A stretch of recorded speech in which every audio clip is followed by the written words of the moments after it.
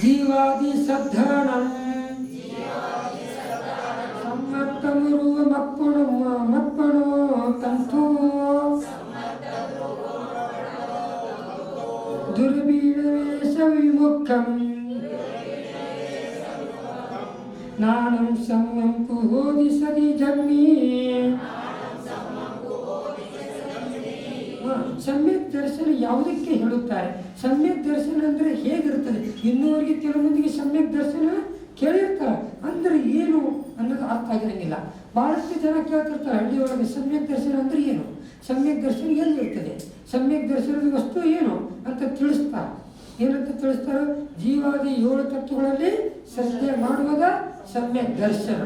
ಜೀವ ಶ್ರದ್ಧಾ ಮಾಡೋದು ಸಮ್ಯಕ್ ದರ್ಶನ. ಶೀಶ್ ಅನ್ನೋದು ಸಮ್ಯಕ್ ದರ್ಶನ. ಶೀಶಿಗೆ ಕಲ್ಲು ಅನ್ನೋದು ಮಿಥ್ಯಾದರ್ಶನ. ಇದು ಮಿಥ್ಯಾದರ್ಶನ ಇದ್ದ ಸಮ್ಯಕ್ ದರ್ಶನ ಇತ್ತು, ಇದು ಸಮ್ಯಕ್ತ್ವ.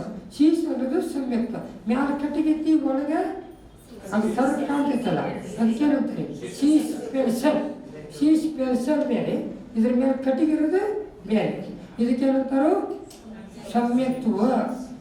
ಭೇದ ವಿಜ್ಞಾನ ಮಾಡೋದು, ಇದಕ್ಕೆ ಭೇದ ವಿಜ್ಞಾನ ಮಾಡಿದಿಲ್ಲ, ಮೇಲೆ ಕಟ್ಟಿಗೆತ್ತಿ ಒಳಗೆ ಶೀಶ್ ಇರ್ತಿ, ಇದಕ್ಕೇನಂತಾರೋ ಭೇದ ವಿಜ್ಞಾನ. ಇದಕ್ಕಂತಾರು ಸಮ್ಯಕ್ ದರ್ಶನ್. ಅರ್ಥ ನಿಮಗೆಲ್ಲರಿಗೂ? ಇದನ್ನ ಶ್ರದ್ಧಾ ಮಾಡಿದ್ರೆ ಸಮ್ಯಕ್ ದರ್ಶನ್, ಇದನ್ನ ಶ್ರದ್ಧಾ ಮಾಡ್ಲಿಕ್ಕಂದ್ರೆ ಮಿಥ್ಯಾ ದರ್ಶನ್. ಇದು ಕಲ್ಲಂದ್ರೆ ಮಿಥ್ಯಾ ದರ್ಶನ್. ಈ ಆತ್ಮನ ಸ್ವರೂಪವಾಗಿದೆ ಮತ್ತು ಸಮ್ಯಕ್ ದರ್ಶನ ಸಂಶಯ ವಿಪರ್ಯ ಅನೋದ್ಯಸಾಯ ರಹಿತ ಜ್ಞಾನದಿಂದ ಸಮ್ಯಕ್ ಸಂಶಯನೂ ಇರಬಾರ್ದು, ವಿಪರೀತನೂ ಇರಬಾರ್ದು, ಅನೋದ್ಯಸಾಯನೂ ಇರಬಾರದು. ಯಾರಿಗೆ? ನೋಡಿ, ಇಲ್ಲಿ ಸಂಶಯ ಅಂತಂದ್ರೇನು? ಅದ್ರ ಮೇಲೆ ಸಂಶಯ ಮಾಡೋದು. ಏನಂತ? ಇದು ಶೀಶ್ ದರ್ಶನ ಇತ್ತು, ಇದು ಬೆಳ್ಳಿ ಇತ್ತು, ಇದು ಬಂಗಾರ ಇತ್ತು, ಇದು ಕಟ್ಟಿಗೆ ಇತ್ತು, ಇದನ್ನು ಮಣ್ಣು ಇತ್ತು, ಇದು ಈ ರೀತಿಯಾಗಿ ಸಂಶಯ ಮಾಡೋದಕ್ಕೆ ಏನಂತಾರೋ ಸಂಶಯ. ಅದರಲ್ಲಿಲ್ಲ ವಿಪರ್ಯ ಅಂದ್ರೇನು? ಇದೇನೆಲ್ಲ ಅಲ್ಲ, ಇದು ಕಲ್ಲ ಐತಿ, ಇದಕ್ಕೇನಂತಾರೋ ವಿಪರೀತ. ವಿಪರ್ಯ ವಿಪರೀತವಾಗಿ ಇದು ಹೇಗಿದೆಯೋ ಎಂದು ಏಕ ಪ್ರಕಾರವಾಗಿ ನಿರ್ಣಯಿಸುವುದು ಒಂದೇ ಪ್ರಕಾರವಾಗಿ ವಿಪರೀತ. ಇನ್ನೇನಂತಾರ ಶರೀರ ಆತ್ಮನಿದ್ದಾನೆ, ಶರೀರ ಆತ್ಮನಿದ್ದಾನೆ, ಆತ್ಮ ಹಂಗಂದ್ರೆ ಏನಂತಾರು ಮಿಥ್ಯಾತ್ವ ಅಂತ ಹೇಳ್ತಾರೆ. ಅವರೆಲ್ಲ ಕತ್ತಲೆಯಲ್ಲಿ ಬರಗಾಲದಲ್ಲಿ ಹೋಗುವಾಗ ಕಾಲಿಗೆ ಏನೋ ಚುಚ್ಚದಂತ ಆಗ್ತೈತಿ, ಚುಚ್ಚಿಲ್ಲ ಬಿಟ್ಟಿಲ್ಲ, ಅದಕ್ಕೇನಂತಾರೋ ಹಾವು ಕಡ್ದಿಲ್ಲ ಬಿಟ್ಟಿಲ್ಲ, ಆದ್ರೆ ಹಾವು ಬಂದು ಹೋಗಿತ್ತು ಅಷ್ಟೇ, ಕಡ್ದೈತಲ್ಲದು. ಅದಕ್ಕೇನಂತಾರೋ ಅನೋದ್ಯವಸಾಯ. ಏನಂತಾರ? ಅನೋದ್ಯವಸಾಯ. ನಿನ್ನೂ ನಿರ್ಧಾರ ಆಗಿಲ್ಲ, ನಿರ್ಣಯ ಮಾಡ್ಕೊಂಡಿಲ್ಲ, ಅದೂರ ಮುದ್ದಾರ ಮಾಡ್ಕೊಳ್ಳೋದು. ಅಲ್ಲಿ ಹಿಂಗೆ ಕುತ್ಕೊಂಡೆ ಇನ್ನು ನೊಣ ಹೊಟ್ಟೆ ಹೋಗಿಲ್ಲ ಬಿಟ್ಟಿಲ್ಲ, ಬಾಯಿ ಬಿದ್ದ ಹೋಗಿತ್ತಿ, ಆದ್ರೆ ಏನನ್ನೋದು ಡಾಕ್ಟರ್ ನೊಣ ಹೊಟ್ಟೆ ಹೋಗಿತ್ರಿ ಅಂತ. ನೊಣ ಹೋಗತ್ತೇನ? ನೊಣಕ್ಕ ಹೊಟ್ಟೆ ಹೋಗಿದ್ದು ನೋಡಿ, ಕೆಬರ್ನ ಕೊಟ್ಟಾರೆ. ಇನ್ನೂ ಹುಳ ಹೋಗಿರ್ಬೋದು, ಇರಿಬಿ ನೊಣ ಹೋಗಕ್ಕಿಲ್ಲ. ಯಾಕೆ ಹೋಗಿಲ್ಲ? ಇರಿಬಿ ನೊಣ ಅದು ಕಣ್ಣಿದೆ, ಮೂಗಿದೆ, ಶ್ವಾಸ ಇದೆ ಅದಕ್ಕೆ, ಆದರೆ ಅದು ಕಣ್ಣಾಗೂ ಹೋಗೋದಿಲ್ಲ, ಮೂಗಿನಾಗೂ ಹೋಗೋದಿಲ್ಲ, ಕಿವಿಯಾಗೂ ಹೋಗೋದಿಲ್ಲ. ಯಾರು? ಇರಿಬಿ ನೊಣ. ಮತ್ತೆ ನಮ್ಮ ಮೈ ಒಳಗಿರೋರು ಯಾರು? ಅವರು ಹುಳ. ಏಕೆಂದ್ರೆ ಜೀವ ಅದಲ್ಲ, ಜೀವೋದಿ ಜೀವ, ಏನೆಂದ್ರೆ ಜೀವ.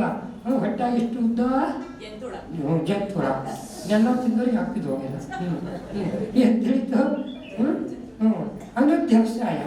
ಆತ್ಮರು ಶರೀರವಾಗಿ ಇರಬಹುದು, ಆತ್ಮರು ಇರಬಹುದು, ಅಂತೂ ಏನೋ ಒಂದೇ ಇದ್ದಾನೆ. ಈ ರೀತಿ ತಿಳ್ಕೊಳ್ಳೋದಕ್ಕೆ ಏನಾಗತ್ತೆ? ಅನೋದ್ಯವಸಾಯ. ಮುತ್ತಿನ ಹಾರವನ್ನು ನೋಡಿ ಇದು ಬೆಳ್ಳಿ ಹಾರವೆಂದು ತಿಳಿಯೋದಕ್ಕೆ ವಿಭ್ರಮ. ವಿಭ್ರಮ ಅಂತ ಏನಂತಾರ? ಮುತ್ತಿನ ಹಾರ ನೋಡೋದು ಬೆಳ್ಳಿ ಬೆಳ್ಳಿ ಅನ್ನೋದು, ಬೆಳ್ಳಿ ನೋಡೋದು ಮುತ್ತಿನ ಹಾರ ಅನ್ನೋದು. ಉರುಟ ಸುರುಟ ಅದನ್ನಿಲ್ಲ. ಬೆಳ್ಳಿ ತಗೊಂಡು ಹೋಗೋದ, ಆಮೇಲೆ ಕರಗಾಯ್ತಂದ್ರೆ ಏನು ಹೇಳೋದು? ಬೆಳ್ಳಿ ಅಲ್ಲ ಅನ್ನೋದು. ಹಿತ್ತಾಳಿ ನಾಣ್ಯಗಳನ್ನು ನೋಡಿ ಚಿನ್ನದ ನಾಣ್ಯಗಳನ್ನು ತಿಳಿಯೋದು, ಇದಕ್ಕೆ ವಿಭ್ರಮ ಅಂತ ಹೇಳ್ತಾರೆ.